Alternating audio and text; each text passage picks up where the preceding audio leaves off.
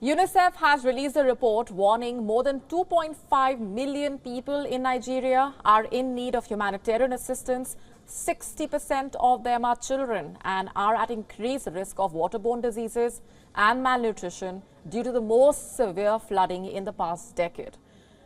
Rainfall is expected to continue for several weeks. Humanitarian needs are also expected to rise. Here's a report from Nigeria. Nigeria recently experienced its worst ever floods in decades. Experts say that these devastating floods are the result of human activity that is exacerbating the climate change.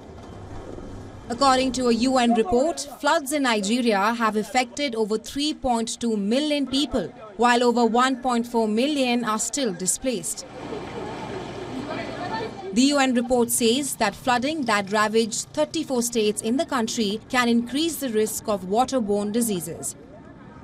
The international body has further said that 4.1 million people are at a risk of experiencing severe food insecurity, and 1.74 million children under 5 are projected to suffer from acute malnutrition in 2022. This year flood is too much, so we used to enter our building, things are just sabotaged and everything spoiled. So our children, we can manage the water.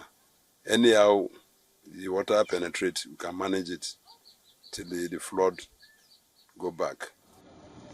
The government officials say that the UN data could be underestimated and the scale of devastation could be even bigger. They admit that immediate actions is needed to stop future disasters associated with flooding, and African leaders must stand united in confronting the West on the effects of global warming. For now, it was very, very bad. You know, in some areas of the state, it was worse than others. You know, in some areas, it covered the houses to the top. In some areas, it covered the houses to the window level. While some areas are closer to the road, it's just, what's in the compound and on the roadside. So basically, it was very bad. A lot of people were displaced. Experts say that a number of factors are responsible for the devastation. The above-average rainfall due to global warming, overflowing dam in neighboring Cameroon, and poor drainage infrastructure in the country resulted in the recent floods. According to the United Nations, seasonal rains and floods are severely impacting countries in the West and Central Africa.